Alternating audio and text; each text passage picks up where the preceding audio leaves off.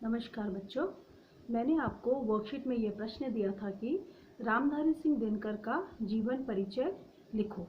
तो उसका उत्तर इस प्रकार है। उनका जन्म सन 1908 ईस्वी में मुंगेर जिला बिहार में सिमरिया नामक ग्राम में हुआ था और उनकी मृत्यु सन 1974 को हुई थी। और उनका कालखंड था, वह छायावोत्तर काल के कवि थे। ठीक है। और उनकी भाषा क्या थी? उनकी भाषा थी सरल, संस्कृतनिष्ठ एवं मिश्रित भाषा थी।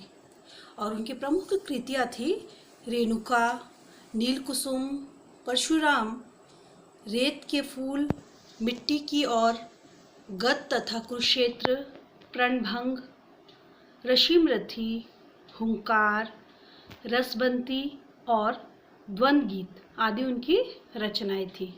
और पुरस्कार उनको काव्य उर्वशी के लिए उन्हें ज्ञानपीठ एवं पद्म भूषण के अलंकार से सम्मानित किया गया था। ठीक है बच्चों। और रामधारी सिंह दिनकर छायावाद काल के सर्वश्रेष्ठ कवि थे।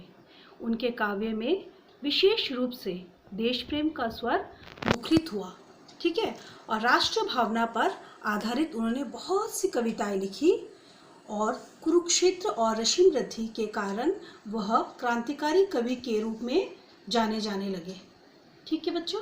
और दिनकर जी की रचनाओं में अतीत के प्रति प्रेम, शोषण के विरुद्ध आक्रोश, देश प्रेम की स्पष्ट झलक दिखाई देती है।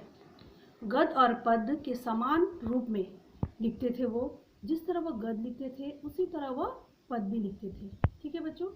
आप सब एक बात का विशेष ध्यान रखना कि जो भी वर्कशीट मैं आपको दे रही हूँ, ये जो ऑनलाइन क्लास में जो भी पढ़ाई हो रही है आप लोग की, जब स्कूल खुलेगा हर टॉपिक पर मैं आप 10-10 मार्क्स की परीक्षा होगा।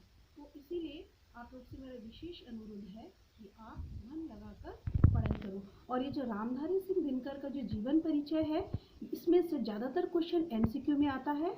और उन्होंने आप लोग के लिए जो कविता लिखी है वो था मनुष्य और सर्प, वो मैं आपको बाद में पढ़ाऊंगी। लेकिन आप लोग रामधारी सिंह दिनकर का जीवन परिचय 2 बार अच्छे से पढ़ना है और अपने अपने कॉपियों में लिखना है। धन्यवाद बच्चों।